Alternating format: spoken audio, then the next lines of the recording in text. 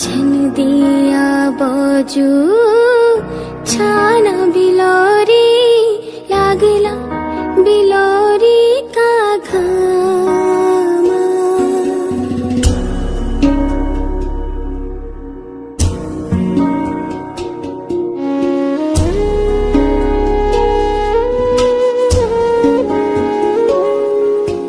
हाथे के कुटली हाथे में रोली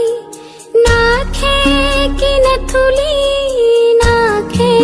में रोली लागला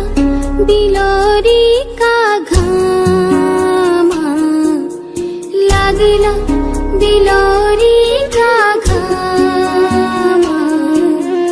झन दिया बाजू छाना